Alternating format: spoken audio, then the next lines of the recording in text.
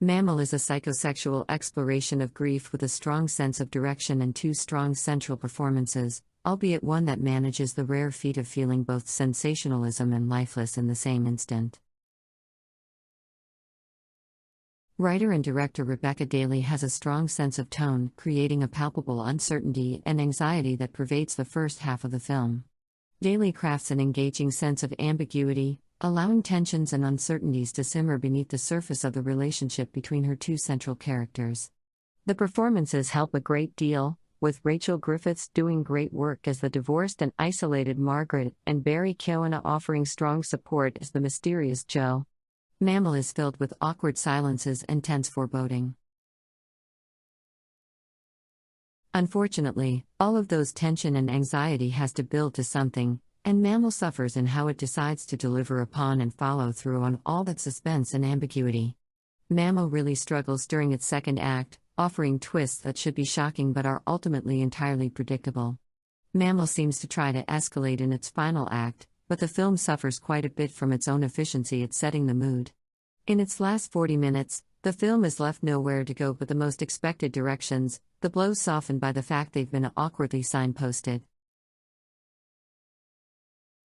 Mammal works best when it focuses on the interiority of its characters, but struggles when it asks them to act upon one another.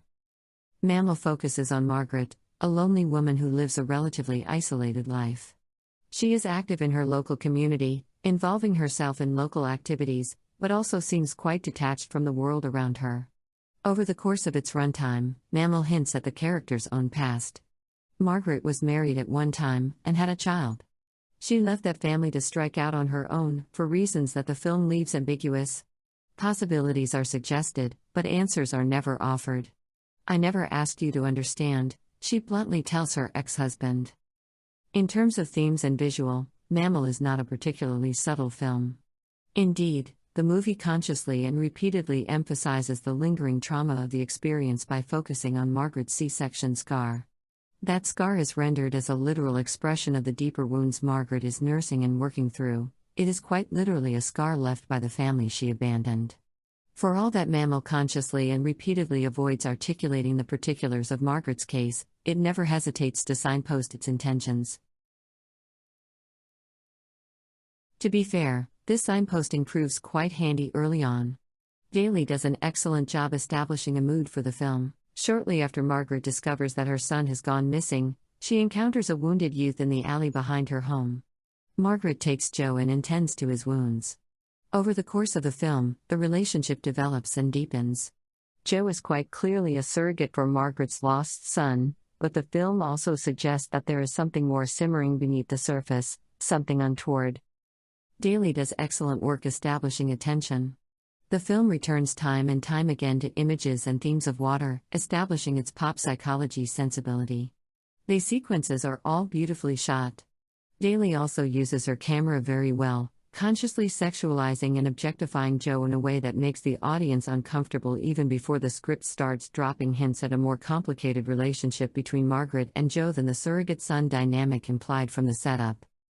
Rachel Griffiths and Barry Keoghan do good work in their roles, suggesting hidden psychological depths and nuance to their characters, fleshing out a dynamic that is consciously underdeveloped by the script. However, one of the central problems with Mammal is that absolutely everything is so carefully and so efficiently signposted in the first 10 minutes that the major character beats are fairly easy to predict. Daly is very good at establishing a sense of dread and anxiety, but cannot translate that into the kind of tragic inevitability that is necessary to make it work. It does not help matters that the two rich central characters seem to inhabit an incredible shallow world. For all that Mammal suggests a rich internal life for Margaret and Joe, the world around them is fairly hollow. The actual events of Mammal are driven by transparent plot expedience rather than a compelling internal logic. Tensions do not escalate to breaking point because the characters reach a threshold, they escalate to breaking point because it is the third act and the film needs a conclusion. The movie's most powerful, but also most predictable, development is essentially forced by a baby and a stray cat, two actors with no unique agency. If Mammal were better constructed, this would seem like an organic development. It could be painted as a conscious demonstration of just how repressed the central characters are and how close to the surface their tensions run.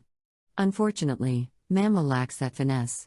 It feels like the incident occurs purely because the film needed a catalyst, and that was the easiest way to accomplish what the script needed.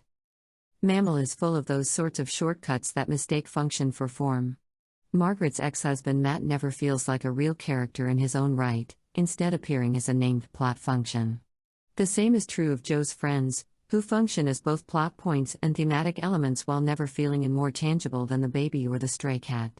There is a shallowness to Mammal, one that suggests the richness of its two lead characters came at the cost of any other depth. It is a shame, because Mammal has a very strong sense of tone and two very strong central performances. However, it does not have much of anything else.